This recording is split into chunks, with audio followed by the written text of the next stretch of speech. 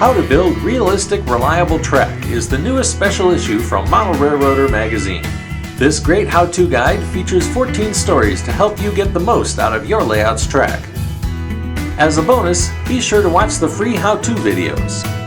Order your copy online or call our toll-free number today.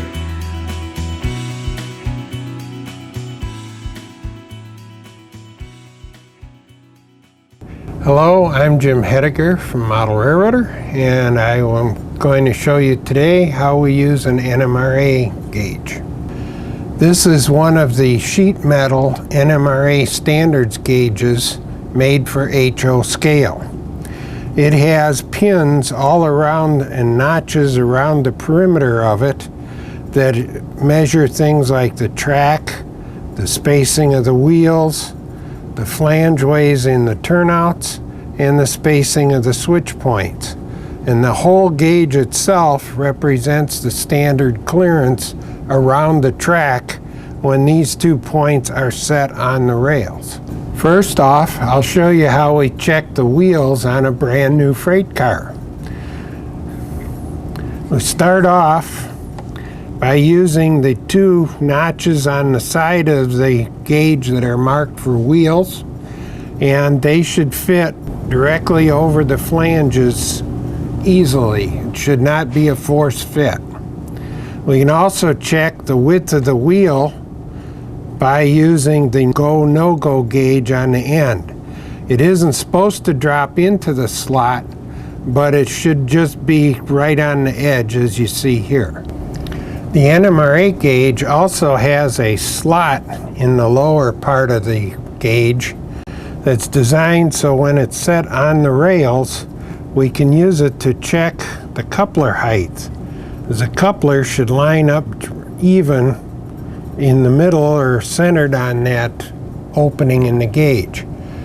To measure the track gauge, we use the 2 pins at the bottom of the gauge. The one on the left side is cut even with the bottom edge. The one on the right has a step in it.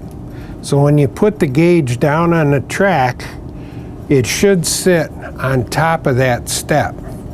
If the gauge falls in alongside of that step, then the track is too wide. To check a turnout, we start by using the pins labeled points in the upper right-hand side of the gauge. So we turn it over, set it down just ahead of the switch points, and it should slide right over them. And we've got the space between the point and the stock rail marked by the width of the gauge. And this will work on either side, whichever way the turnout happens to be thrown.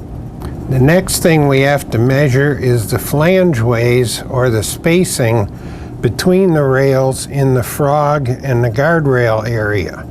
And there are 2 pins marked flangeways on the top of the gauge, so by turning it upside down, we can set them in the turnout and then slide it along the rails to see if there's sufficient gap between the running rail and the guardrail on both sides. And we also need to check the diverging side.